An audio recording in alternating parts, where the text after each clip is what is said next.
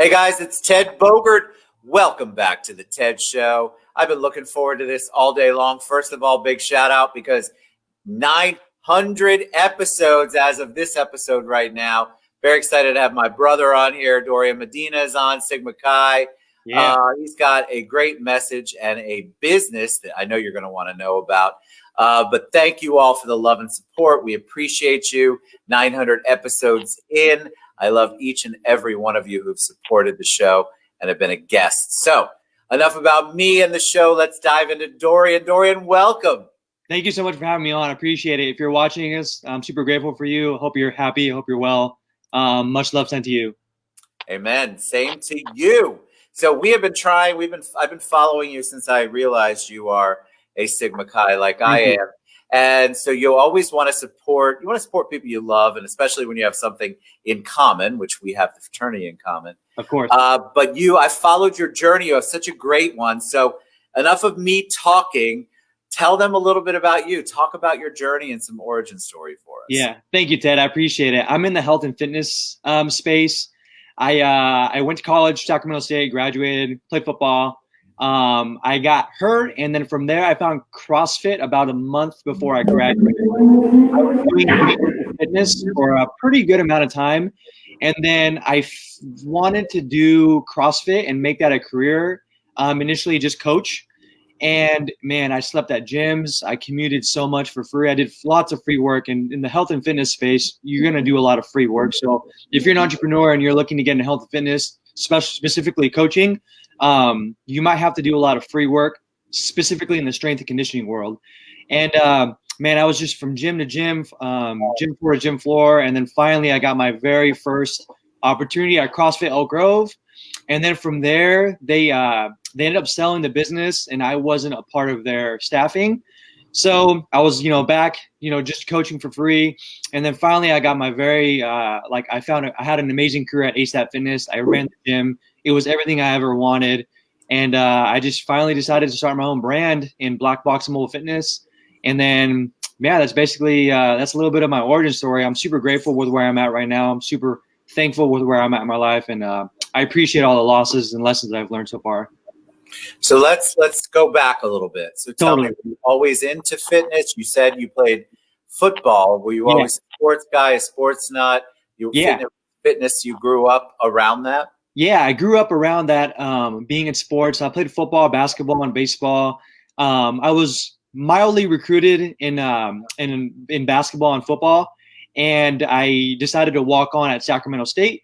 And I had a really great, amazing career there, playing football there. But unfortunately, I got hurt in spring of 2013. I busted my knee running a route, and that was kind of the end of my football career. So I was what goes through your mind when that happens? Because that's a natural, forced pivot moment. You know that you're going to have to pivot and figure out what you're going to do next. What was that like? It was definitely an identity crisis I was going through. But luckily I had found Sigma Chi right before I got hurt. So, I was like really heavily involved in Sigma Chi and just kind of getting hurt and just kind of going through your identity. A lot of your identity is like, for me, was in sports and football. I was known as a jock. So like, that was definitely kind of hurt for a little bit, especially being such a young man at the time, being, 20, 21. And it was definitely a trial and tribulation, but I'm glad that I had found Sigma Chi at the time that I was finishing up my collegiate career. It's interesting to me because a lot of people, the Greek system in general has a really bad rep, and not necessarily that I disagree with a lot of it, because there should be a bad rep for things that I see. Yeah. But the brotherhood and the relationships and the meaning behind the Greek system, I think people need to take a chance on it. I'm a UCF grad, Eta Pi, and Sigma Chi, and it changed my life. Of course, it changed the way that I looked at networking at an early age. I mean, you're put in with a whole bunch of dudes or women if it's sorority, and that you don't necessarily know or have anything in common except your fraternity. And you have to figure out ways to work through it. So I'm a big proponent of the Greek system. And of course, I'm a little bit I have a big soft spot for Sigma Chi. Let's Yeah. talk about when you CrossFit, because CrossFit, I always joke with my friends that own CrossFit that it's a cult. Yeah. I know it's not a cult. Yeah, definitely not.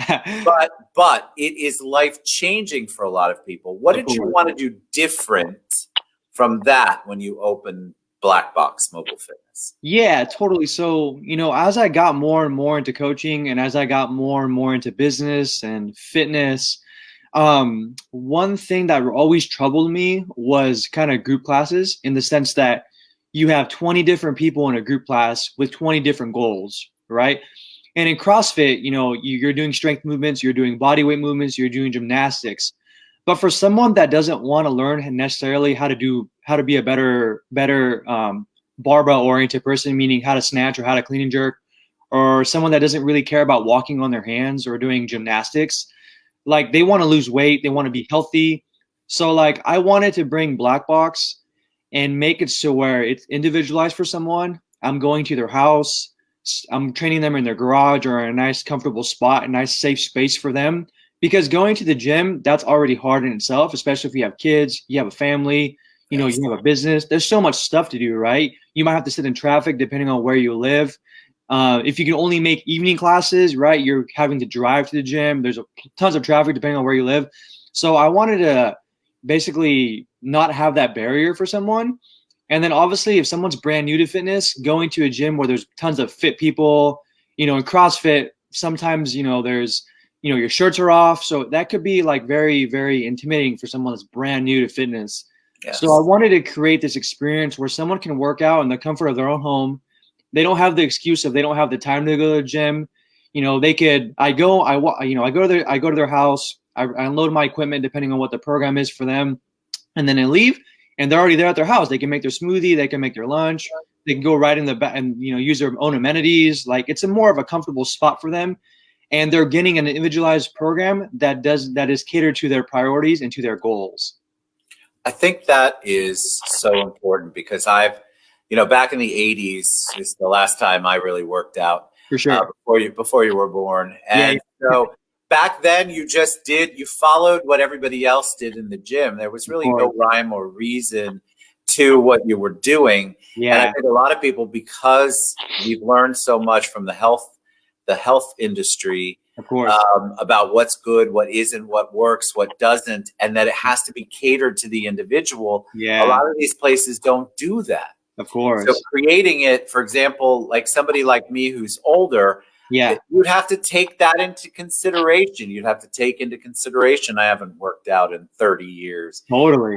That kind of stuff goes back to what I'm sure you have, and I know you probably got lots of it from being in sports and Sigma Chi, is listening and trying to really hear what people are saying. So what are some of the mistakes we make? So you're right about the intimidation. I go into the gym, I look around, I'm like not taking my shirt off. For sure. But you go in and you kind of look what other people are doing, and then you hurt yourself, or you're overdoing it. You're not doing the reps the way you're supposed to. You think you're doing it right. Of course. What are some of the mistakes we make? I think so with someone that's brand new to a fitness program or someone that's even been training and exercising for a long time, I think prioritizing intensity over movement, that's one mistake that people make. So, they'll take a long hiatus from exercising, right? They're on and off with their fitness routine, and then they go to the gym and they do this intense workout where they're just super sore the next day, or they can't handle this sort of training volume. I think that's one mistake people make, is you want to basically ease into your exercise routine. You want to make it fun for you. You want to make it engaging for you. You want to find a type of exercise routine that works best for your lifestyle, something to where you don't want to force yourself to work out, right? Because you want to develop a good, engaging program, because fitness is one of those things that you're going to be doing for the rest of your life, in my opinion, right? Because it's important, right? You want to be able to play with your kids, play with your pets. You want to be able to, as you get older, take care of yourself. You want to know, like, if someone's 80 years old and they fall, you want to know how to get up, right, without needing assistance. So like things like that are super important. So prioritizing movement over intensity, I think, is one thing that someone can take out of this for value. is Love prioritizing that over intense workouts. And then as soon as you start building your aerobic fitness, building strength, then you can go ahead and add intensity. But for the most part, prioritizing movement over intensity is one thing that I think can bring a lot of value to your audience. I think that I love that, because I think that intensity is where people think Yeah. they're going to get the result. And I know I've seen trainers, I watch them from the bar across the street, but I've seen trainers Of course. that they overwork their people. Of course. And it's not necessarily, if you've got a group of 7 people, not each of those people are the same. And so the catering part is so important. Where'd you come up with the name Black Box? I love the color black, and I have a trailer, and it looks like a box, so I called it Black Box Mobile Fitness. I didn't really put a lot of thought into it, honestly. I love that, though, because I think people think, well, you've got one box, you're just bringing it all over, you're going to unpack your box, and all of a sudden I'm going to be fit. Yeah. Doesn't work what like do that. you do you talk with people when you're creating the program for them? Yeah. What are some of the steps? What are some of the questions that you ask? Because obviously you have to make sure you understand what their medical requirements are, what their nutrition is. It's not just, hey, Ted, give me 10 push-ups, which I would laugh. It's about really catering it to them. So talk about a little bit of that process. Yeah, totally. So somebody contacts me about my service, and then from there I schedule either an in-person conversation, or we talk a little bit over Zoom. And then basically it's an hour conversation where I get to know who they are, what they're looking for, why they want a professional fitness coach, what their lifestyle looks like, how they eat, how they sleep, their family dynamic, like how much time they actually have. So, this is an individualized program for every person. So I want to make sure that I'm bringing them the most value, and also getting to know what their goals are, any questions they have, what their fitness experience is like, and just basically building their program from there. From basically, our second conversation, I put them through a movement assessment. I put them through a 10-minute bicycle test. And then on the third session, where I'm doing their program with them. And everyone has different priorities, right? Like someone may be hurt. Someone may have, a metal shoulder. Someone may be really overweight. Someone can be on different medications. It's important to know what your member is, and the person that you're working with, what, the type of stipulations they have, or else, you're not going to be able to coach them effectively. Agreed. What about nutrition? Totally. I call my service nourishment, because I think nutrition is very. I love that. That's good. Yeah, I call it nourishment, just because, you want to develop a positive relationship with food. A lot of people really have a negative one, in the sense that they have, quote unquote cheat meals, or, they just don't have a very good relationship with food. So how I like to coach my people, I'm very much a very entry level person for food. I like to know why you're eating the things you're eating, how they make you feel. Water is super important too. Your body's mostly water. So a lot of people just don't really drink a lot of water. So like drink or having vegetables with every meal, like those are things that are really, really important. And I don't ever give anyone a diet plan, macronutrients, templates. I basically want to know why they're eating what they're eating. And then from there, I coach them on a week-by-week basis, usually adding a lot of things. So adding a smoothie, right, which creates a lot of macro and micronutrients. Adding more vegetables to someone's meals. If they're, they weigh 100 pounds, right, and they're only drinking 10 ounces of water per day, a good, something that can bring value to your audience is having, half your body weight in ounces in water per day. That's, that's a good stepping stone. So, just stuff like that. I think that's really, really important. Not giving someone macros when they don't even know how to cook their own food, like just stuff like that. It's important to know why someone's eating the way they eat, and what their relationship is like with what they're tasting, what they're eating every day. That's super important. That is so important, because I think a lot of people who get into the quote unquote fitness industry, they leave out how important it is to figure out their client's relationship with food. Of course. We underestimate it because we don't like to talk about it. We either say, oh, you're anorexic, or you eat too much. Totally. We don't talk about everything in between. Of course. And how that impacts everything you do. It's one thing. Yeah. I have friends, I know them, I love them, I tell them if they were here. Yeah. They work out like fiends and they eat like crap. Yeah, that's important. And I can't figure out if you're going to dedicate that much time to really taking care of your body. Of course. Why are you constantly at McDonald's? I'm not saying McDonald's is the devil. I'm just saying if that is your primary source of quote unquote nutrients, and then you're working out, I think you're missing the point. 100%. And a lot of people devote so much time to the gym, like you were saying. They spend hours and hours on the treadmill or hours and hours at the gym, only to go home and eat. Just eat.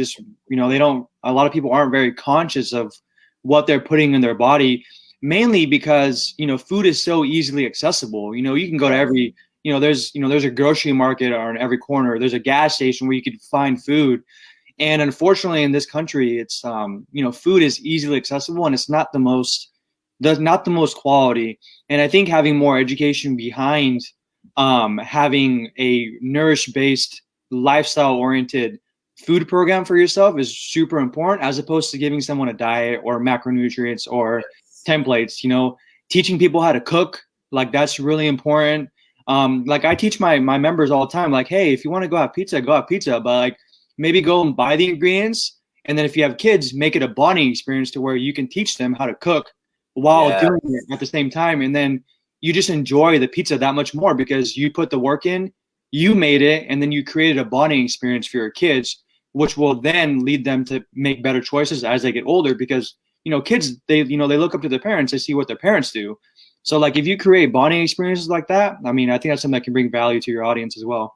It's huge what you just said, because I think you're creating, it's not just about the food. It's about the experience. Because most of the times where I can look back and think about, let's say, one of the most amazing meals I had, it wasn't necessarily about the food. It was about the whole ambiance and the people I'm with, the experience.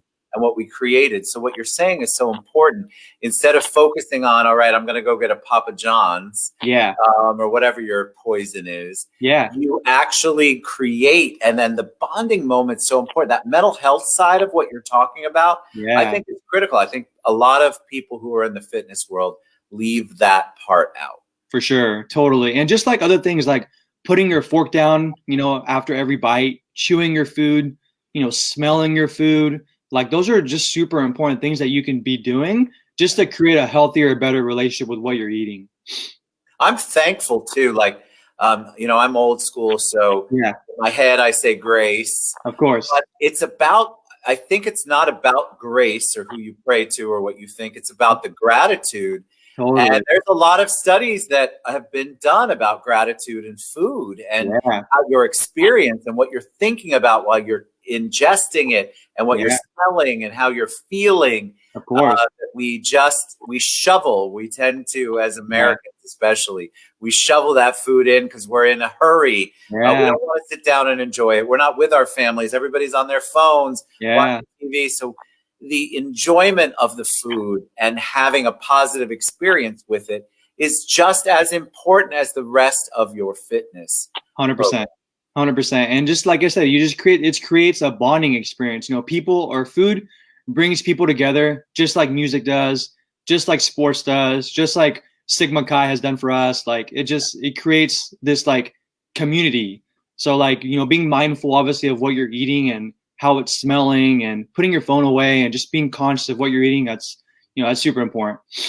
So tell us what's your cheat meal? Do you even believe in that? Because I think a lot of people, they'll look, like, oh, well, Dorian, he's in shape. He's an athlete. He probably eats 3 stalks of broccoli and then never eats again. I think it's important for people to understand what healthy choices mean to everyone. So what does it mean to you? Do you ever have a pizza? Do you ever divulge? Do you ever go out on a limb and get a dessert? What's your 100%. I'm not very much of a sweets guy. I've never really liked candy or like ice cream or anything like that. But I've built up such a discipline in my food, and I have such a very good positive relationship with food, that if I'm like on Thursdays, for instance, like Thursdays, I usually take working off. I'm not working out that day. I work out 6 days a week, moderate intensity, a lot of like muscle contraction stuff, and then obviously CrossFit. That's my main program. But on Thursdays, I don't train. So like on Thursdays, I love getting a burrito from what's called the Sacramento Natural Foods Co-op. And the burrito it's quality ingredients, right? So the flour is quality, the beans are quality, sweet potatoes, chicken. That's like my quote unquote cheat meal. If I ever want like pizza, I'll like my girlfriend and I will make it. So like we'll go buy the ingredients and we'll just, like I said, we'll create a bonding experience out of it. And then I enjoy the pizza that much more as opposed to just going buying a pizza, right? Yeah. I wouldn't say I have cheat meals, but I do enjoy like pizza. I do enjoy burritos. It's just not a main staple of how I eat because I've built such a discipline in how I eat that I actually don't really crave that stuff. And like I have vegetables with every meal, but I have rice, I have potatoes. I think it's more important having a healthy relationship with food and why the stuff that you're eating, that's super important. But for me, I love that stuff. You know, hamburgers, that stuff's great. I encourage people. You're right. It's important to have that healthy relationship, not just with food, but also with your workouts. And it's all mind, body, soul. It's not just body or just diet or whatever. I hate that word diet. Me too. It's so many other things. All right. So tell us, if somebody wants to book a consult with you, wants to learn more about Black Box Mobile Fitness, what's the best way for them to reach you? Totally. So I'm pretty active on Instagram and Facebook and LinkedIn. I'm very personable person. So like you could just send me a message and man, I love just talking to people and getting to know them. It doesn't even necessarily have to be about fitness. It could just be about something else. I think, you know, being a good friend and having good conversation with people beyond trying to sell something, or trying to promote your product, I think that's more important because in the long term, I mean, you're creating a deeper relationship with someone.